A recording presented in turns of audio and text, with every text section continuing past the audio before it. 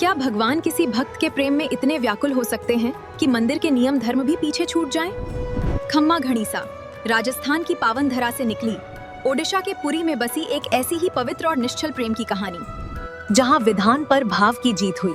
आइए जानते हैं भक्त कर्माबाई और बाल रूप में आने वाले ठाकुर जी की यह अद्भुत गाथा। नमस्ते। आज के इस एक्सप्लेनर में हम एक ऐसी दिलचस्प लोक कथा की तह तक जाएंगे जो दिखाती है कि कैसे एकदम सच्ची और मासूम भक्ति बड़े बड़े और कड़े धार्मिक कर्मकांडों पर भारी पड़ जाती है। पता है, सदियों पुरानी ये कहानी आज भी भारत के सबसे मशहूर मंदिरों में से एक की दिनचर्या का अहम हिस्सा है। तो चलिए बिना वक्त गंवाए सीधे इस कहानी में डुबकी लगाते हैं। शुरुआत करते हैं एक बहुत ही कमाल के सवाल से। आखिर ऐसा क्यों है कि भारत के इतने भव्य मंदिर में जहां 56 भोग बनते हैं, वहां बाजरे की एक बेहद साधारण सी खिचड़ी को सबसे खास भोग माना जाता है? ये सवाल हमें सीधा एक पुरानी परंपरा से जोड़ता है जो ओडिशा के जगन्नाथपुरी मंदिर में आज भी पूरे मन से निभाई जाती है। और हैरानी की बात यह है कि इसके पीछे कोई शाही आदेश नहीं था, बल्कि एक साधारण सी लड़की का निस्वार्थ प्यार था। अब इस अनोखी परंपरा की जड़ों को समझने के लिए हमें थोड़ा पीछे जाना होगा, सीधे साल 1615 के राजस्थान में। ये सिर्फ एक टाइमलाइन नहीं है, बल्कि एक ऐसा सफर है जो एक छोटे से गांव से शुरू होकर उड़ीसा के समुद्र तट तक पहुंचता है और एक ऐसी विरासत छोड़ जाता है जो आज भी कायम है। तो कहानी शुरू होती है राजस्थान के नागौर जिले के कलवा गांव से। यही हमारी मुलाकात होती है कर्माबाई और उनके पिता जीवन राम दूधी से। जीवन राम एक जाट किसान थे और उनका एक बेहद पक्का उसूल था। वो भगवान श्री कृष्ण को भोग लगाए बिना कभी अन्न का एक दाना भी नहीं खाते थे। बिल्कुल सख्त नियम। और बचपन से ही कर्माबाई ने अपने घर में इसी गजब के अनुशासन और भक्ति को देखा था। लेकिन कहानी में ट्विस्ट तब आता है जब उनके पिता एक तीर्थ यात्रा पर निकलते हैं। अब घर पर पूजा पाठ और भगवान को भोजन कराने की ये जो इतनी बड़ी और अहम जिम्मेदारी थी ना, वो अचानक से छोटी और मासूम कर्माबाई के कंधों पर आ गई। पिता को तो लगा कि उन्होंने अपनी बेटी को बस एक रोजमर्रा का काम सौंपा है। उन्हें क्या पता था कि ये जिम्मेदारी आगे चलकर इतिहास रचने वाली है।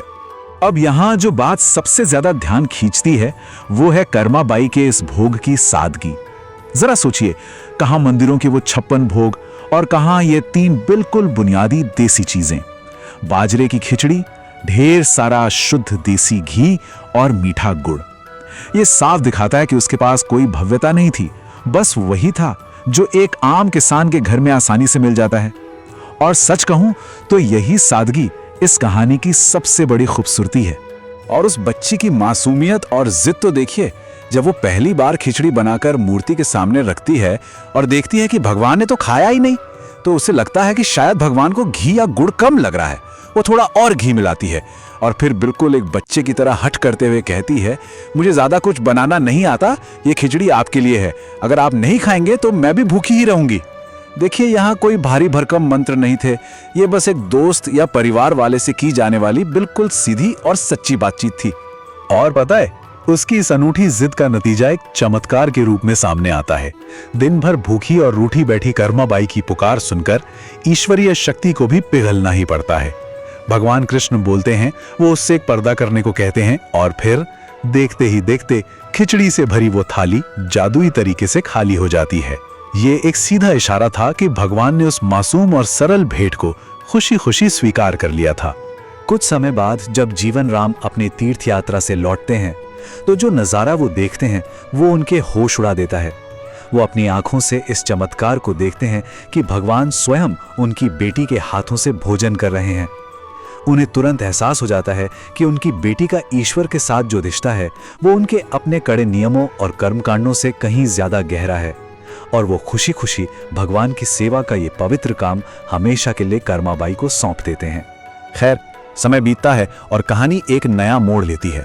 सालों बाद जब कर्माबाई के पिता का निधन हो जाता है तो वो बहुत दुखी होती हैं। घर में अकेले उनका मन नहीं लगता, तो वो अपने भगवान की मूर्ति उठाती हैं और एक लंबी यात्रा पर निकल पड़ती हैं।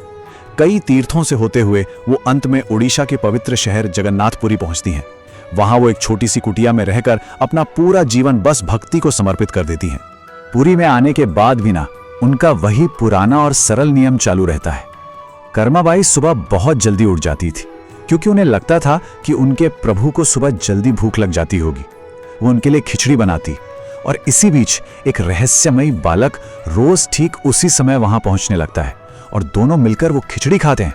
ये दृश्य वाकई दिल छू लेने वाला है कि कैसे एक भक्त ने अपनी पूरी जिंदगी उस सत्ता की देखभाल के इर्द गिर्द ढाल ली जिससे वो सबसे ज्यादा प्यार करती थी। लेकिन हर कहानी की तरह यहां भी एक टकराव आता है। एक दिन एक साधु वहां आते हैं और कर्माबाई की दिनचर्या देख के भड़क जाते हैं। उन्हें ये बिल्कुल गलत लगता है कि वो बिना नहाए और बिना सही विधि विधान के भगवान को भोजन करा रही हैं। तो वो उन पर सुबह के ये लंबे चौड़े और समय लेने वाले नियम थोप देते हैं कि पहले उठो, स्नान करो, फिर पूरे विधि विधान से पूजा करो और तब जाके भगवान को भोग लगाओ। तो यहाँ हमें भाव और विधान के बीच की वो पुरानी लड़ाई देखने को मिलती है। एक तरफ है कर्माबाई का अपना तरीका जो तुरंत है, एकदम सीधा है और पूरी तरह से निस्वार्थ प्रेम से भरा है, और दूसरी तरफ है साधु का तरीका जो काफी जटिल है, जिसमें देरी होती है और जो सख्त धार्मिक नियमों से बंधा है। बेचारी कर्माबाई दबाव में आकर साधु की बात तो मान लेती हैं, लेकिन इसका असर क्या होता है? साधु के बताए इन नए नियमों का सीधा सा मतलब था कि अब सुबह के खाने में काफी देरी होने लगी थी। कर्माबाई को नहाने और पूजा पाठ में बहुत समय लग जाता था, जबकि वो रहस्यमयी बालक अपने उसी पुराने समय पर भूखा आ जाता था। तो अब सवाल ये उठता है कि इस अचानक हुई देरी ने भगवान पर क्या असर डाला? इस सवाल का जवाब उस कुटिया में नहीं बल्कि मुख्य जगन्नाथ मंदिर में मिलता है। एक सुबह जब मंदिर के पुजारी मुख्य दरवाजे खोलते हैं तो वो एक बेहद हैरान कर देने वाला नजारा देखते हैं। मुख्य वेदी पर बैठे भगवान जगन्नाथ की मूर्ति के चेहरे पर बाजरे की खिचड़ी लगी हुई थी। जरा सोचिए, इतने भव्य मंदिर में जहां हर चीज एकदम परफेक्ट होती है, वहां भगवान के चेहरे पर इस तरह खिचड़ी का लगा होना किसी बड़े रहस्य से कम नहीं था। उसी रात इस रहस्य से पर्दा तब उठता है जब खुद भगवान जगन्नाथ मुख्य पुजारी के सपने में आते हैं। वो शिकायत करते हुए कहते हैं, मैं कर्माबाई की खिचड़ी खाने जल्दी जाता हूं, लेकिन उसकी देरी की वजह से मुझे वो जल्दी जल्दी खानी पड़ती है और मंदिर के कपाट खुलने से पहले वापस पहुंचने की हड़बड़ी में मैं अपना मुंह भी नहीं धो पाता। ये घटना इस बात का सबसे बड़ा सबूत थी कि भगवान को कर्मकांडों की उलझनों से कहीं ज्यादा कर्माबाई का वो सीधा और शुद्ध प्रेम पसंद था।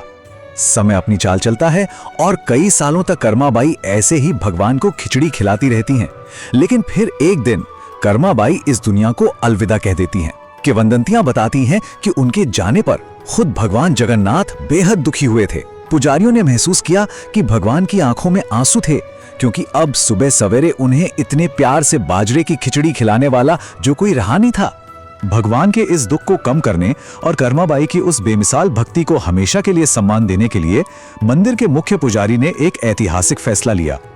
उन्होंने एक स्थायी परंपरा शुरू कर दी कि अब से हर सुबह मंदिर में भगवान जगन्नाथ को सबसे पहला भोग कर्माबाई के नाम पर उसी बाजरे की खिचड़ी का ही लगाया जाएगा। और इस तरह एक गरीब किसान की बेटी की साधारण सी भेंट ने एक शाही मंदिर की परंपरा का रूप ले लिया, जो आज सदियों बाद भी बिना रुके जारी है। तो अंत में ये कहानी हमें सोचने पर मजबूर कर देती है। आखिर कैसे एक साधारण सी गांव की लड़की का वो मासूम काम सदियों पुराने कड़े धार्मिक कर्मकांडों को पीछे छोड़ते हुए हमारे सांस्कृतिक इतिहास को हमेशा के लिए बदल सकता है। कर्माबाई की खिचड़ी हमें याद दिलाती है कि नियम और कर्मकांड अपनी जगह हो सकते हैं, लेकिन सच्चा और निस्वार्थ प्रेम हमेशा हर सीमा को पार कर जाता है। इस एक्सप्लेनर के बाद जरा सोचिएगा, क्या हम भी अपनी रोजमर्रा की जिंदगी में सरलता और सच्चे भाव को बेवजह की उलझनों और जटिलताओं से ऊपर रख सकते हैं?